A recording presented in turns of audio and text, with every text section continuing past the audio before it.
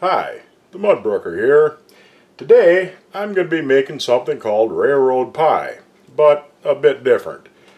Before we get underway, I'd like to thank my channel members, S.W. Heatley, Billy Lee Lawhan, The Needy Homesteader, Rachel Tremblay, Greg Boone, Fred Rebels, Mr. Smith's Kitchen, Rich Miller, Mogul Smoke, Donna Harder, Dorothy Annis, Shannon O, Daniel Barrett, Mia Newacres, and Chris Salverson.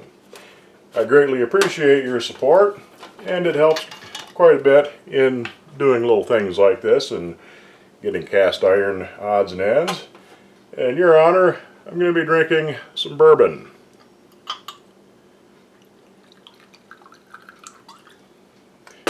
Here's to you guys, and thank you very much.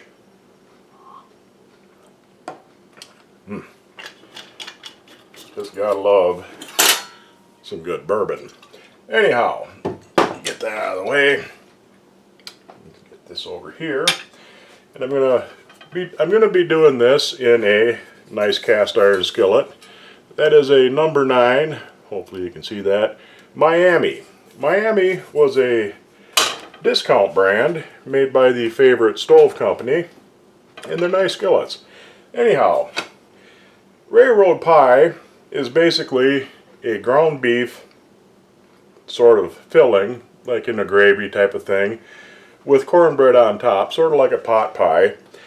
Normally, the railroad pie had a tomato base. You would brown up your hamburger, and most recipes I've seen call for things like diced tomatoes, tomato sauce, sometimes even tomato soup. But I decided I'm going to make more of a creamy mushroom kind of a base, sort of like a pot pie. Is that burner going? Yeah. More like a pot pie. Anyway, once this gets warmed up, I'm going to start browning up about 1.5 pounds of hamburger. Put a little bit of clarified butter in the pan just to get things started.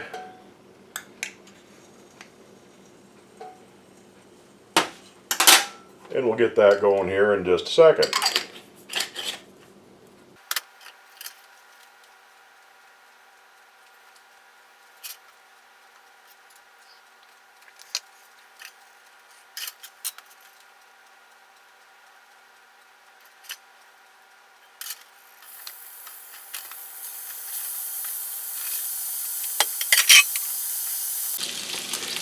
Okay, I've got my hamburger browned up, and I'm going to drain off the excess grease, but not before I use it to cook up some mushrooms. I'll get those going, set that aside. I'm going to tip this just a little bit, get some grease on them mushrooms so they cook up good.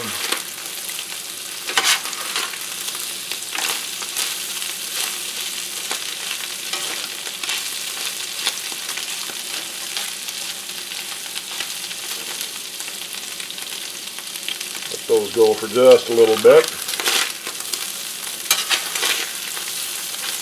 Mix them around.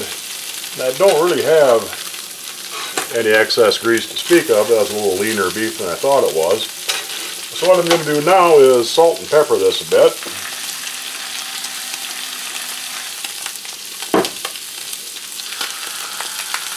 Good bit of pepper. I'm going to back my heat down some. There we go. Add a little bit of chopped garlic. Now some people give me a hard time for using jarred garlic like this, but I use just enough garlic that I need to have it around, but not so much that it doesn't go bad in the fridge between uses, so I go with the chopped, and if you don't like it, that's just too damn bad. Anyhow, get that stirred in a little bit. Now, for regular railroad pie, you would add your diced tomatoes, that sort of thing. But instead, I'm going to use a little cream of mushroom soup. Throw that in there. Throw that away.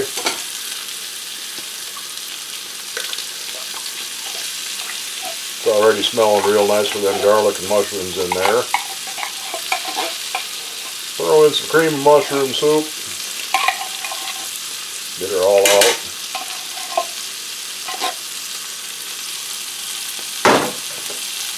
Set that down. Stir that in a little bit. Gonna add some mixed vegetables. Got corn and peas and carrots and green beans there. Get that all stirred around. Might need to add a little bit of milk to thin that soup down. We'll see how it goes here. Turn the heat down some more. Yeah, I think I'll need a little bit of milk just to thin that down a little bit. Deglaze or some. Just a splash. There we go.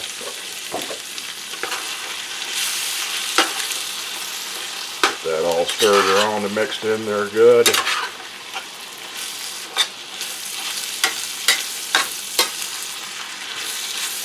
Get back in there, you. Yeah, that looks pretty good.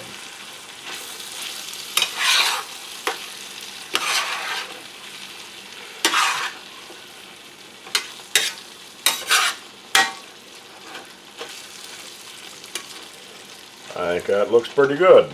Let me give her a little taste here, make sure I got enough salt and pepper.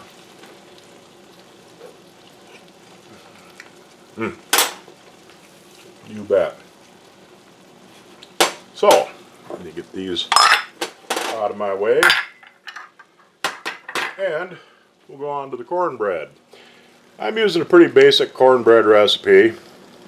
I have a 1.25 cups of flour, 3/4 cup of cornmeal, 2 teaspoons of baking soda, a pinch of salt, 1 egg.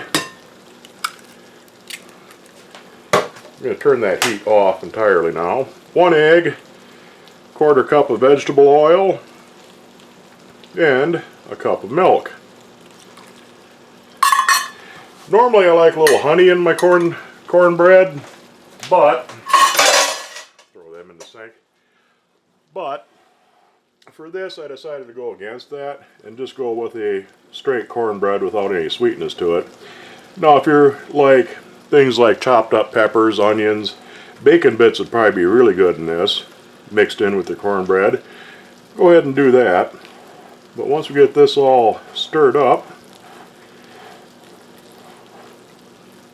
hold on here, I'm going to take that right off of the heat entirely.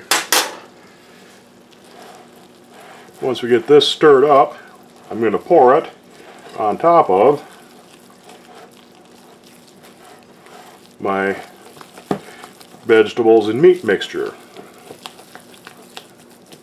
It looks a little bit thick, but I think we'll be okay. There's a fair bit of moisture in that meat. I'm going to give that just a tiny touch more milk though.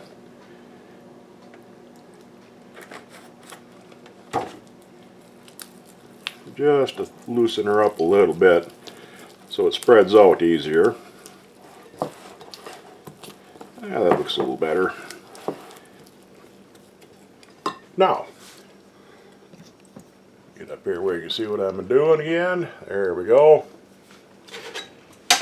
Now, put the cornbread batter on top of your meat and vegetable mixture.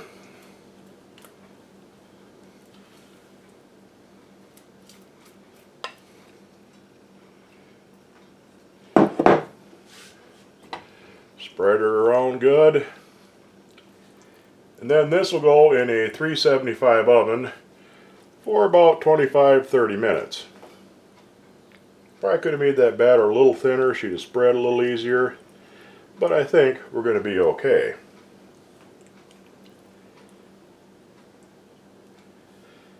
I don't think you really got to get it quite all the way out to the edge. And that cornbread will expand and rise a little bit too, so should be okay with that. Now, into the oven we go, and I'll be back in about 25-30 minutes.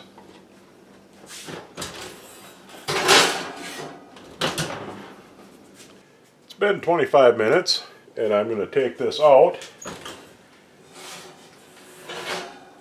and check to see if my cornbread is done in the middle. Looks like it probably is. Give it a little poke here. That'll come out pretty clean. That smells really, really good. So I'm going to let this quit bubbling, settle down a little bit, and then we'll dish some up and give it a try. I've let this sit for 5 minutes to cool down a little bit, and I'm ready to give it a try. That really smells good. And it should taste at least as good as it smells. Get me some of that meat out of the bottom. Cornbread is done nicely. And we'll give this here a little taste and see how it came out.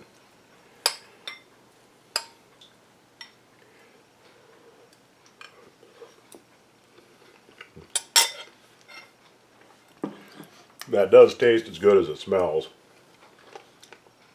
Now, like I said, the original recipe for railroad pie is more of a tomato-based kind of sauce to it, and you could certainly try that.